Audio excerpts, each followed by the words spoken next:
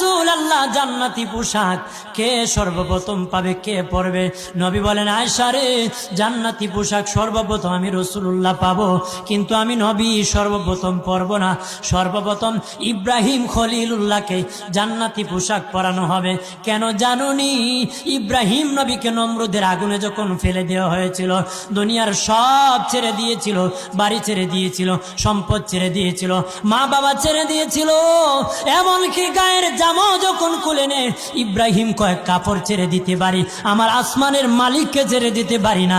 ওই দিন আল্লাহ ইব্রাহিমের সাথে অঙ্গীকার করেছিল, ইব্রাহিম আজকে তোমাকে সকলের সামনে উলঙ্গ করে লজ্জায় ফেলে দিয়েছি ইব্রাহিম, তারপরে তুমি আমাকে ছাড়ো নাই। আমি কিয়ামতের দিন সকলের সামনে মুসলমান, বেঈমান, কাফের, নাস্তিক যারা তোমাকে উলঙ্গ করেছিল, তাদের সামনে আমি আল্লাহ আনুষ্ঠানিকভাবে তোমাকে কাপড় পরায়া দিব।